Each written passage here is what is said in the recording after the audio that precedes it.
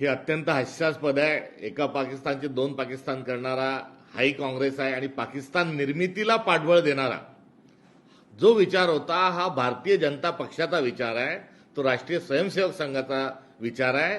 हे वक्तव्य पाकिस्तानच्या दार्जिण्यांच्या अनुषंगाने करत असताना शिवसेनेत त्यांचा मोर्चा हा देवेंद्र फडणवीसांच्या बंगल्याकडे जर वळवला तर जास्ती चांगलं होईल.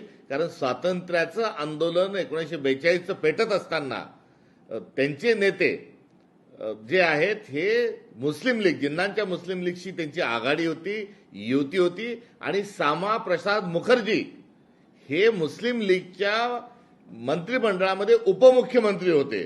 त्यामुळे पाकिस्तानच्या निर्मितीचा आवाज उठवणारे आणि पाकिस्तानची निर्मिती करणाऱ्या मुस्लिम लीगच्या सोबत हात मिळवणी जी होती ती भारतीय जनता पक्षाची होती. त्यामुळे तो मोर्चा त्या बाजूला जर नेला असता तर बरं झालं असतं. त्यामुळे त्यांनी कृपा करून त्यांचं अज्ञान दूर करून घ्यावं ही माझी त्यांना विनंती, माझा सूचना आहे.